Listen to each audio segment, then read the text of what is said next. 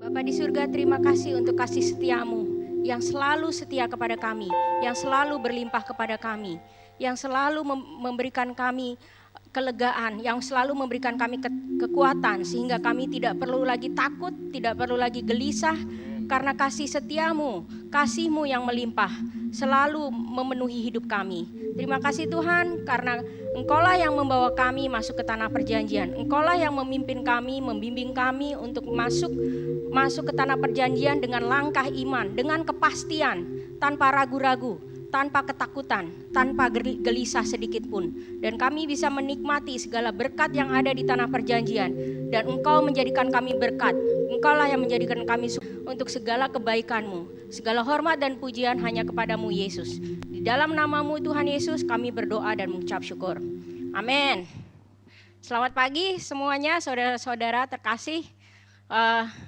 Sudah lama ya kita tidak live streaming. Ini mulai bulan Oktober ini kita mulai live streaming dari Aksa. Jadi tidak kebetulan Oktober itu adalah bulan di mana House of Grace ulang tahun. Jadi ini adalah Oktoberfest dan tidak kebetulan juga memang rencana Tuhan di bulan Oktoberfest ini kita temanya mengenai masuk tanah perjanjian.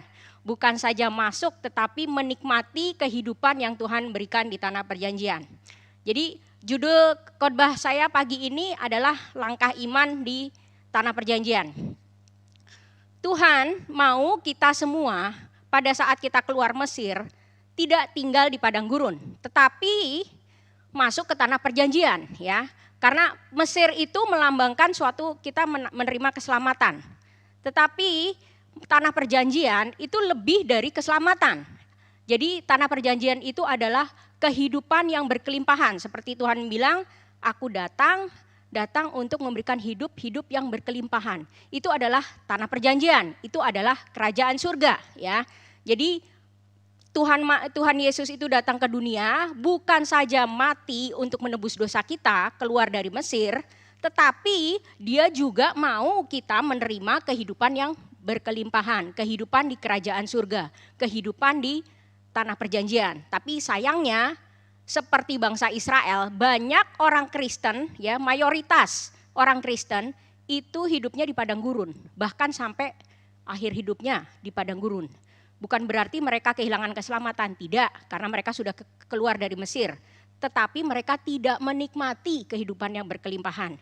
Meskipun pada saat mereka meninggal, masuk ke pulang ke rumah Bapa, akhirnya mereka menikmati kerajaan surga. Tapi kan lebih enak sebenarnya, marilah kita semua masuk ke tanah perjanjian. Jangan berlama-lama seperti bangsa Israel yang harusnya itu cuman berapa hari ya, tapi yang ada sampai 40 tahun di padang gurun dan bahkan mayoritas mereka tidak masuk ya. Jadi yang masuk itu hanya Yosua, Kaleb dan anak-anak yang di bawah umur 20 tahun.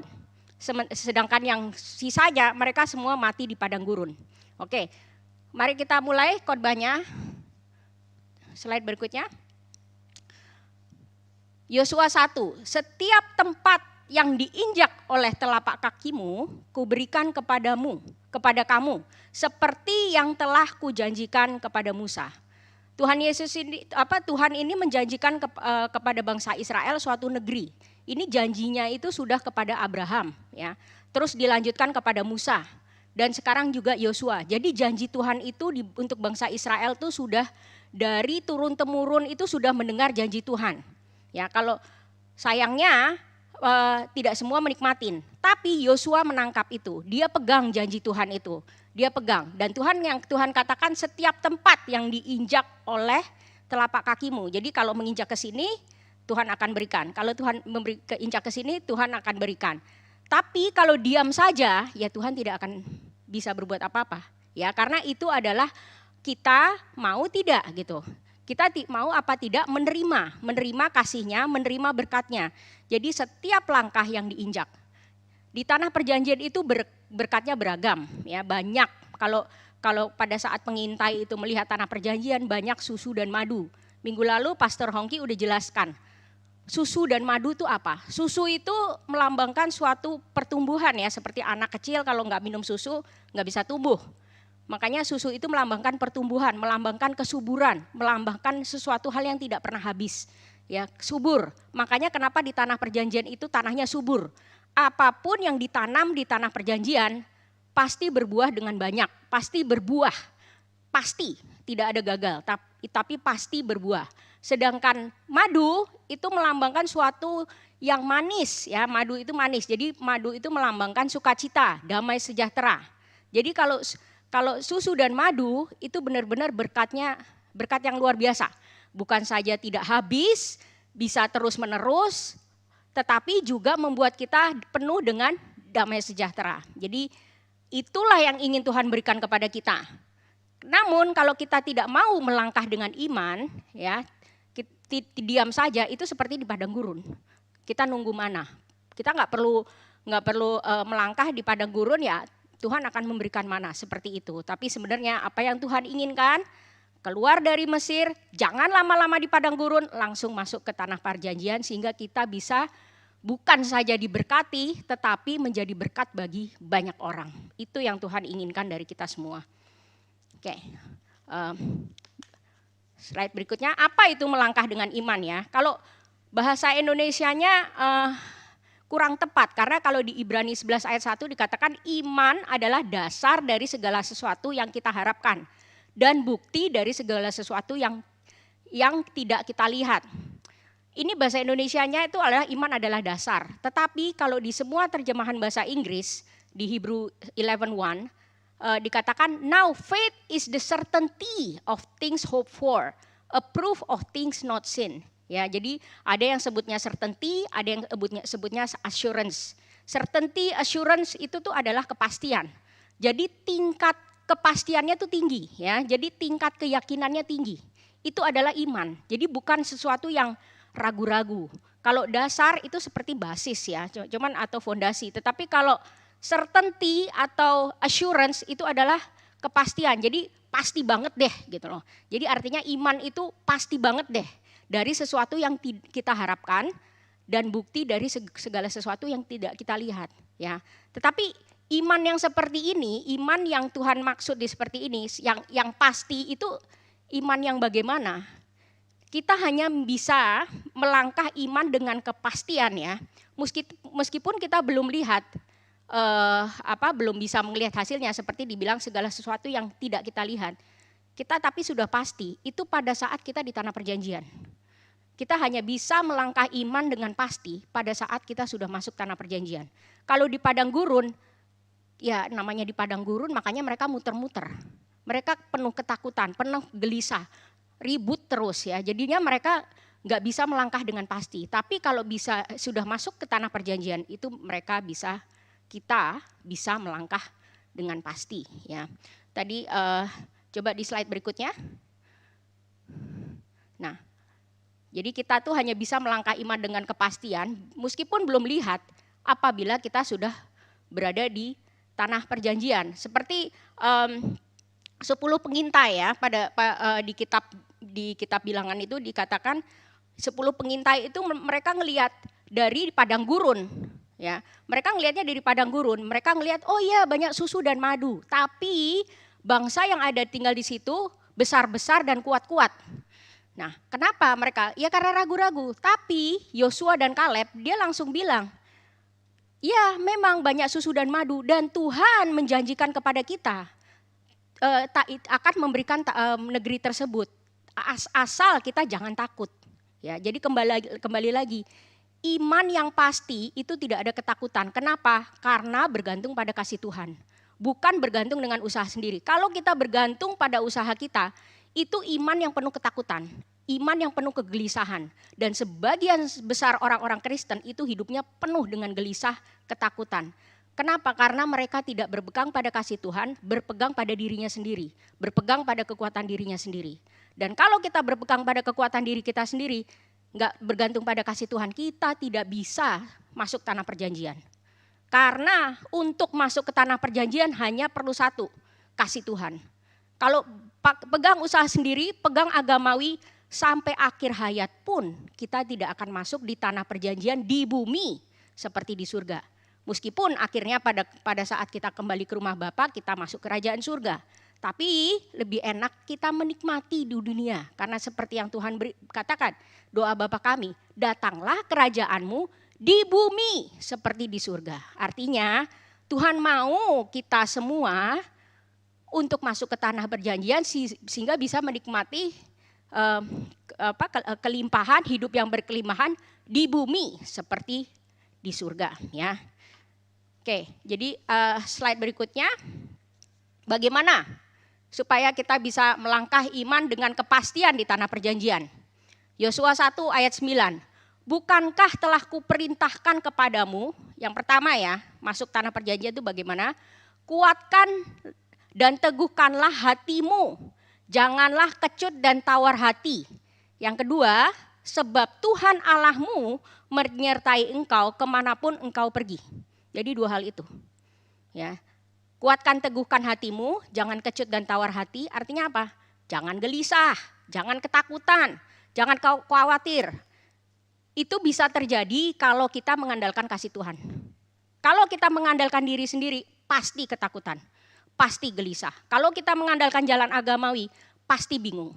Tapi kalau kita mengandalkan kasih Tuhan, pasti kita bisa melangkah dengan iman, dengan kepastian, dengan keyakinan penuh. Ya, jadi kalau slide berikutnya, oke. Yang pertama tadi, kuatkanlah dan teguhkanlah hatimu, jangan kecut dan tawar hati ya. Yang pertama itu, jadi untuk masuk jangan takut. Tidak ada ketakutan, tadi yang seperti minggu lalu Pastor Hongki jelasin lebih detail ya. Tidak ada ketakutan, bergantung pada kasih Tuhan. Di 1 Yohanes 4:18, di dalam kasih tidak ada ketakutan. Kasih yang sempurna menyelenyapkan ketakutan. Jadi kalau orang yang penuh dengan ketakutan, itu kasihnya tidak sempurna. Artinya apa? Orang tersebut tidak bergantung pada kasih Tuhan. Orang tersebut hanya bergantung dengan kekuatan dirinya sendiri. Makanya kasihnya tidak sempurna dan penuh ketakutan. Ya, jadi bergantung pada kasih Tuhan karena di dalam kasih tidak ada ketakutan. Kasih yang sempurna melenyapkan ketakutan. Yohanes 14 ayat 1, janganlah gelisah hatimu, percayalah kepada Allah, percayalah juga kepadaku. Jadi orang itu gelisah kenapa? Orang gelisah karena dia tidak mau mengandalkan kasih Tuhan. Jadinya dia bingung, jadinya dia mencari-cari ya. Minggu lalu kita udah dijelaskan orang yang suka mencari-cari pengajaran sini sana, akhirnya bingung sendiri. Kenapa mereka begitu senang mencari-cari, baca buku ini, baca buku sana, dengerin khotbah ini, habis mendengarkan khotbah seperti yang ada di HOG, habis itu dengerin khotbah lain yang ada besoknya bingung. Bingung. Nah, orang yang bingung itu adalah orang yang masih di padang gurun ya. Mereka akan hidupnya kebingungan dan itu yang terjadi. Sayang sekali ya, kebanyakan orang Kristen banyak sekali bingung dan akhirnya mereka tanyanya bukan bergantung pada kasih Tuhan, tanyanya kepada pendeta ini, makin bingung lagi. Makin confuse ya. Jadi seperti tadi bangsa Israel. Mereka karena dengernya dari 10 pengintai yang penuh ketakutan dibilang di negeri itu banyak orang-orang kuat. Ya, meskipun banyak susu dan madu tapi banyak orang-orang kuat dan besar-besar di negeri tersebut. Dan apa yang terjadi? Bangsa Israel langsung bilang, kalau gitu lebih baik kita mati aja di padang gurun. Dan itulah yang terjadi kepada mereka. Kalau gitu lebih baik kembali ke Mesir ya. Mereka karena saking ketakutannya nggak mau gitu. Udah deh, meskipun di situ banyak berkat tapi banyak yang besar-besar, banyak yang raksasa yang takut, lebih baik kita seperti belalang, lebih baik kita mati saja di padang gurun, lebih baik kita balik saja ke Mesir. Tapi Yosua dan Kaleb bilang, Tuhan akan memberikan negeri ini, asal kita jangan takut. Ya, jadi apa yang Tuhan mau, kita tidak akan pernah takut kalau kita bergantung pada kasih Tuhan. Itu kuncinya. Jadi kalau kita selalu bergantung pada kasih Tuhan, hidup kita tidak pernah hidup ketakutan. Kalau bergantung pada diri sendiri, akan selalu gelisah dan ketakutan. Ya, orang percaya, slide berikutnya.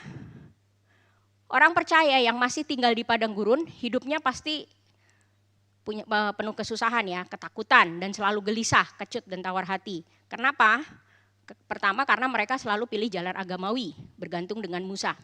Ya, Musa itu melambangkan apa? Pendeta, melambangkan orang lain ya, bukan melambangkan kasih Tuhan, tetapi melambangkan pendeta atau melambangkan suatu agamawi. Musa sendiri tidak masuk ke tanah perjanjian ya. Kita tahu kenapa Musa tidak masuk, karena Musa gelisah, karena Musa tidak percaya. Ya, makanya konsekuensi karena dia tidak percaya, meskipun dia bisa ngelihat tanah perjanjian dari bukit dan dia langsung diangkat ke surga dan menikmatin tanah perjanjian di surga, tetapi di bumi dia tidak masuk karena dia tidak percaya. Ya, jadi artinya orang yang di padang gurun seperti mayoritas orang Kristen di padang gurun bukan berarti mereka kehilangan keselamatan. Tidak, karena mereka sudah keluar dari Mesir. Tetapi mereka tidak bisa menikmati kehidupan yang Tuhan berikan, yaitu kehidupan yang berkelimpahan. Dan kenapa orang yang tidak masuk tetap tinggal di padang gurun, bergantung dengan agamawi, juga bergantung pada jalan diri sendiri. Ya, jalan diri sendiri itu apa? Tinggal di kerajaan manusia. Jadi rajanya bukan Tuhan. Kalau kita bergantung sama kasih Tuhan, itu rajanya ya Tuhan. Tuhan yang memberikan, Tuhan yang memberkati, Tuhan yang menjadikan kita sumber berkat. Tetapi kalau orang yang bergantung pada diri sendiri, rajanya ya dia sendiri. Dan yang ada kenapa seperti di padang gurun itu banyak sekali pertikaian. Mereka gelisah, komplain, banyak bersungut-sungut, mereka berantem, banyak sekali permusuhan. Itu kenapa? Karena mereka masing-masing punya motivasi sendiri. Kalau kita baca di bangsa Israel yang 40 tahun muter-muter itu isinya ribut terus ya. Kenapa? Karena mereka fokusnya dirinya sendiri. Pingin punya motivasi masing-masing. Makanya mereka tidak bisa masuk. Meskipun ya orang Kristen yang tinggal di padang gurun, kasih Tuhan tidak pernah meninggalkan mereka.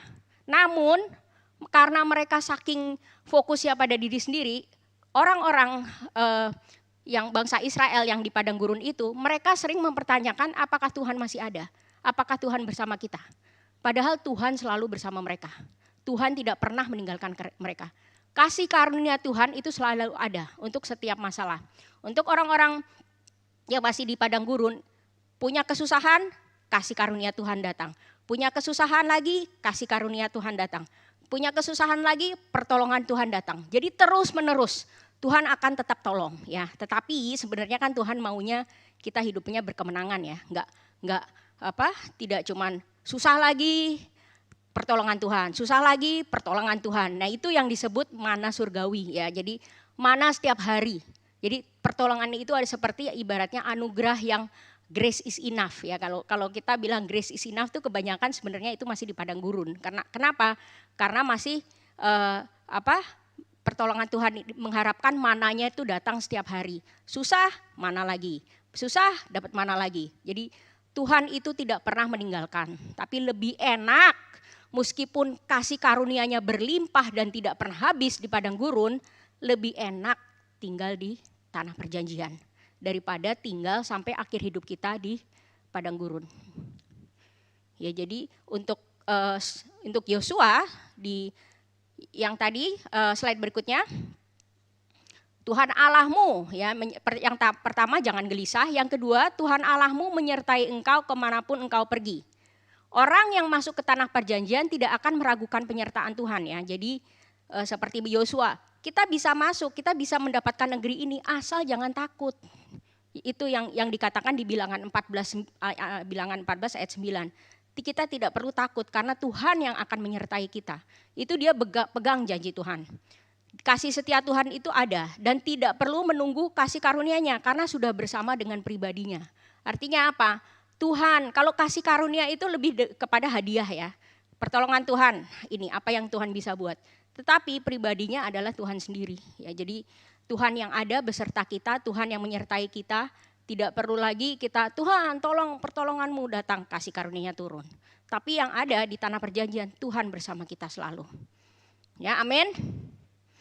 Ya, jadi di tanah perjanjian itu sama ya dengan Yosua mengenal Tuhannya secara pribadi dan Tuhan yang menuntun dalam segala tindakannya. Yosua itu tidak takut masuk ke tanah perjanjian karena dia berpegang pada janji Tuhan.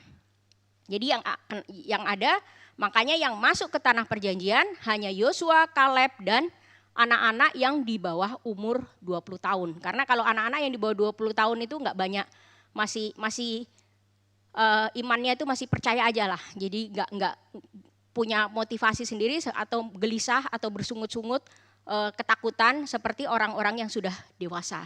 Makanya yang masuk ke tanah perjanjian hanya Yosua, Kaleb, dan anak-anak yang di bawah umur 20 tahun.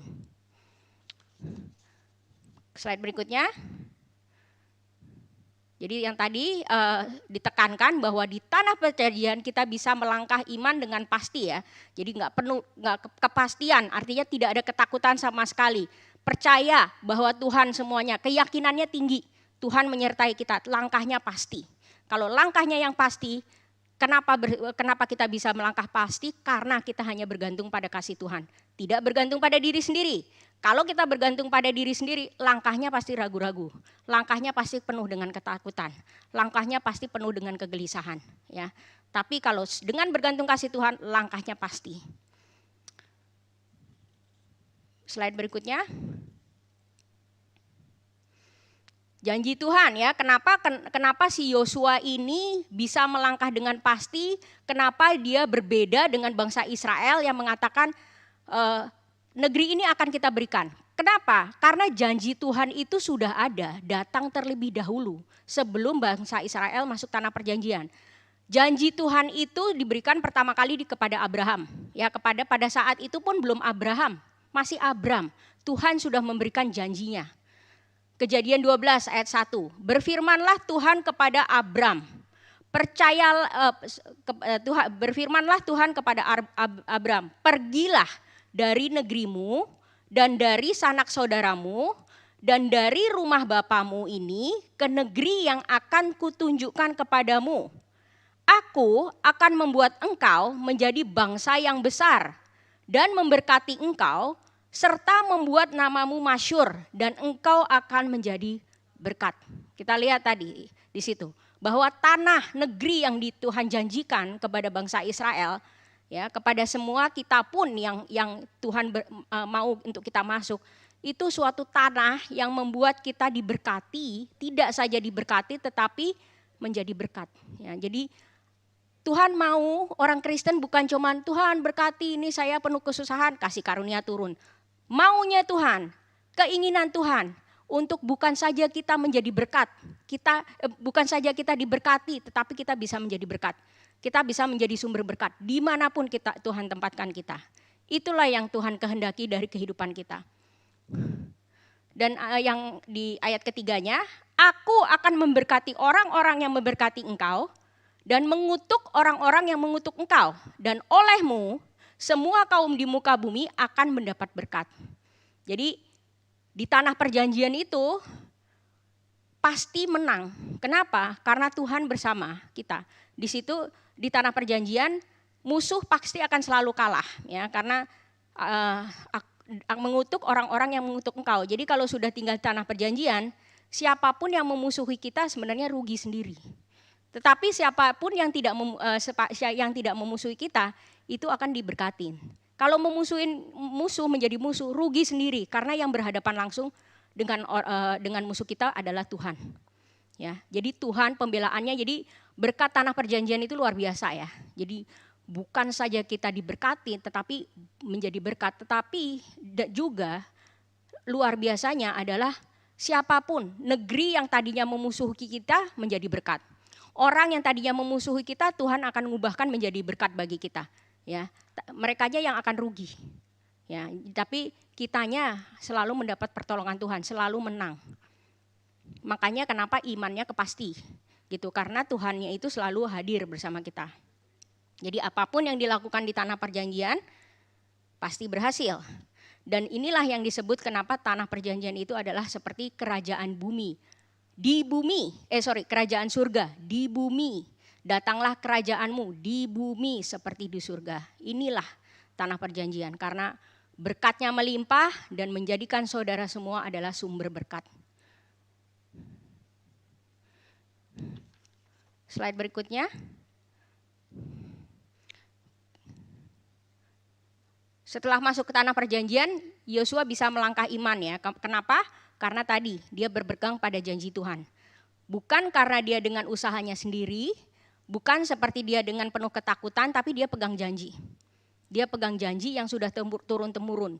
Abraham, janji kepada Abraham dilanjutkan kepada seluruh keturunan bangsa Israel, Musa kepada Musa, dan akhirnya kepada Yosua. Dan bangsa Israel mereka tidak bisa menangkap janji itu, tetapi hanya Yosua dan Kaleb yang bisa menangkap janji itu. Ya, jadi dia berpegang pada janji itu, makanya dia mempunyai keyakinan untuk melangkah dengan iman, dengan kepastian untuk masuk ke tanah perjanjian. Jadi tadi di Yosua 1 ayat 3, slide berikutnya. Setiap tempat yang diinjak oleh telapak kakimu, kuberikan kepadamu, seperti yang telah kujanjikan kepada Musa. Dari padang gurun dan gunung Libanon yang sebelah sana itu sampai ke sungai besar, yakni sungai Efrat. Seluruh tanah orang Het, sampai ke laut besar di sebelah matahari terbenam. Semuanya itu akan menjadi daerahmu. Ya, jadi setiap langkah akan menjadi daerah, setiap langkah akan menjadi daerah, setiap langkah akan menjadi daerah. Tetapi harus melangkah. Melangkahnya dengan gimana? Dengan kepastian. Bagaimana melangkah dengan kepastian? Berpegang pada kasih Tuhan, tidak ketakutan. Karena kalau kita melangkahnya takut, nggak akan bisa kemana-mana. Yang ada tinggal diam di padang gurun. Kemana Yosua melangkah? Slide berikutnya. Oke. Yang pertama ke tengah Kanaan dulu, ya, itu di Yosua 2 ayat 8, itu di lingkaran yang hijau. Di tengah Kanaan itu apa yang Yosua lakukan? Dia pertama menyeberangi sungai Yordan, kemudian tembok Yeriko runtuh dan dia masuk Kanaan dan dia menduduki kota Ai, ya. Itu tengah. Slide berikutnya. Jadi di tengah itu apa yang terjadi, ini singkat aja. Tuhan memberi kemenangan bagi Yosua karena Yosua sudah masuk di tanah perjanjian, ya. Kalau dia belum di tanah perjanjian, dia mungkin akan menghadapi kekalahan. Tetapi karena sudah masuk tanah perjanjian dan dia berpegang pada janji Tuhan, maka Tuhan yang kasih. Jadi imannya itu apa? Berdasarkan apa? Iman yang logos, ya. Jadi Tuhan itu sudah memberikan janji yang turun-temurun, itu dia pegang janjinya. Janji Tuhan untuk membawa kepada negeri yang diberi kepada bangsa Israel. Janji supaya bangsa Israel itu untuk memiliki negeri yang berkelimpahan penuh dengan susu dan madu. Di Yosua ayat 6 ayat 2 berfirmanlah Tuhan kepada Yosua, ketahuilah aku serahkan ke tanganmu Yeriko ini beserta rajanya dan pahlawan-pahlawannya yang gagah perkasa. Tuhan memberikan apa yang diinginkan Yosua, yaitu apa? Kemenangan. Karena Yosua pegang janji, jadi Tuhan memberikan. Jadi Tuhan yang memberikan kepada Yosua adalah Yeriko. Yang berikutnya di Yosua 8 ayat 18, lalu berfirmanlah Tuhan kepada Yosua, acungkanlah lembing yang ada di tanganmu ke arah Ai, sebab aku menyerahkan kota ini ke dalam tanganmu. Ya, Tuhanlah yang berperang, Tuhanlah yang memberikan kemenangan. Karena Yosua sudah masuk di tanah perjanjian dan Tuhan memberikan apa yang diingini oleh Yosua, yaitu kemenangan. Slide berikutnya, ke selatan yang di lingkaran hijau itu, di selatan Kanaan, itu di Yosua bisa baca sendiri, di Yosua 9 dan Yosua 10, mengalahkan 5 raja, ya, 5 raja bangsa Amori. Dan pada saat peperangan pun matahari dan bulan berhenti bergerak, supaya Yosua menang. Seperti itu yang Tuhan berikan. Kemudian dia juga menduduki kota, di beberapa kota itu menduduki kota Makeda, Libna, Lakis, Eglon, Hebron, dan Dabir. Ya. Jadi Yosua setelah melangkah dari tengah, dia melangkah ke selatan Kanaan. Slide berikutnya. Apa yang dilakukan di selatan, Tuhan yang berperang langsung, ya, menghadapi musuh. Berfirmanlah Tuhan di Yosua 10 ayat 8. Berfirmanlah Tuhan kepada Yosua, janganlah takut kepada mereka, sebab aku menyerahkan mereka kepadamu. Tidak seorang pun dari mereka yang akan dapat bertahan menghadapi engkau. Lalu Yosua menyerang, bergerak dengan tiba-tiba setelah malaman bergerak maju dari Gilgal. Slide berikutnya. Ayat 10, Yosua 10 ayat 10, dan Tuhan mengacaukan mereka di depan orang Israel sehingga Yosua menimbulkan kekalahan yang besar di antara mereka dekat Gibeon, mengejar mereka ke arah pendakian Bet Heron dan memukul mereka mundur sampai dekat Azeka dan Makeda. Ayat 11, sedang mereka melarikan diri di depan orang Israel dan baru di lereng Bet Heron, maka Tuhan melempari mereka dengan batu-batu besar dari langit sampai ke Azeka, sehingga mereka mati. Yang mati kena hujan batu itu ada lebih banyak dari yang dibunuh oleh orang Israel dengan pedang. Jadi Tuhanlah yang langsung berperang. Di Roma 8 ayat 31, jika Allah di pihak kita, siapakah yang akan melawan kita? Pembelaan langsung dari Tuhan. Itu yang terjadi di tanah perjanjian. Dan Tuhan pun mendengarkan permohonan dari Yosua. Ayat berikutnya, slide berikutnya. Yosua 10 ayat 12, lalu Yosua berbicara kepada Tuhan. Pada hari Tuhan menyerahkan orang Amori itu kepada orang Israel. Ia berkata di hadapan orang Israel, matahari berhentilah di atas Gibeon, dan engkau bulan di atas lembah Ayalon.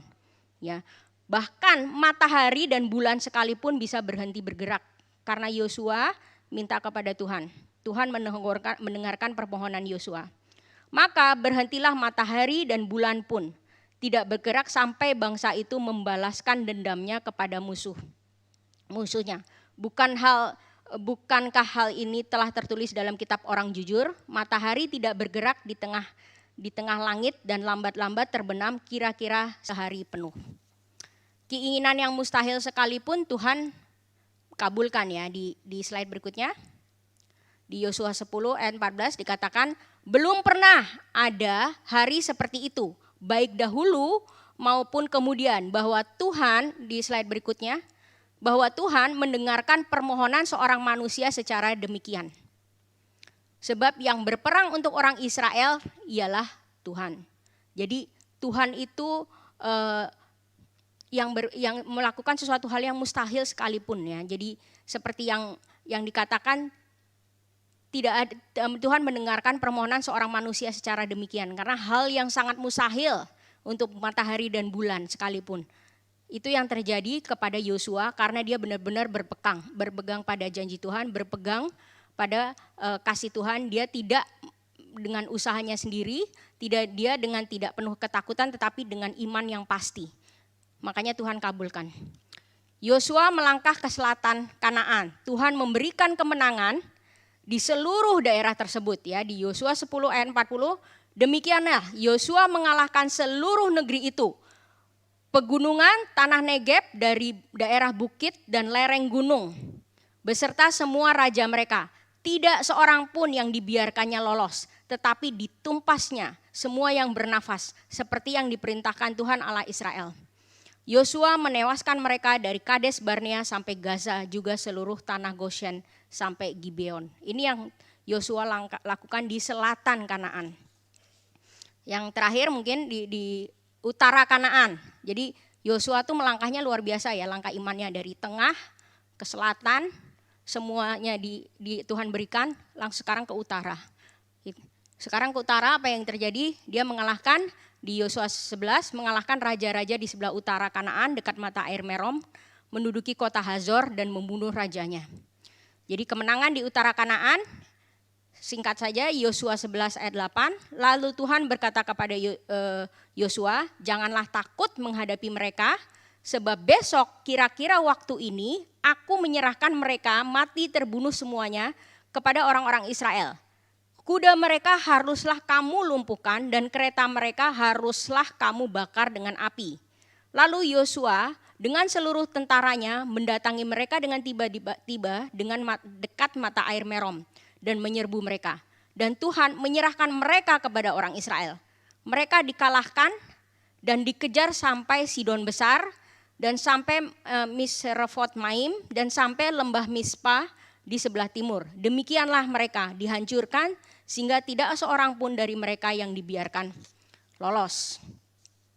Di ayat berikutnya, di ayat 16-nya, demikianlah Yosua merebut seluruh negeri itu, di pegunungan, seluruh tanah Negeb sampai seluruh Goshen, daerah bukit serta Arabia Yordan dan pegunungan Israel dengan tanah rendahnya. Mulai dari pegunungan Gundul yang mendaki ke arah Seir sampai ke Balgad di lembah Gunung Libanon, di kaki Gunung Hermon. Semua rajanya ditangkap dan dibunuhnya. Jadi Tuhan memberikan dari tengah, selatan sampai utara. Kemana Yosua melangkah, itulah yang diberikan Tuhan kepada Yosua. Dia memberikan kemenangan besar bagi bangsa Israel. Dan akhirnya apa? Di Yosua 11 ayat 25, demikianlah Yosua merebut seluruh negeri itu sesuai dengan segala yang difirmankan Tuhan kepada Musa. Dan Yosua pun memberikan negeri itu kepada bangsa Israel, menjadi milik pusaka mereka, menurut pembagian suku mereka. Lalu amanlah negeri itu berhenti dari berperang. Ya, jadi Tuhan memberikan janjinya, menggenapi, memberikan tanah perjanjian.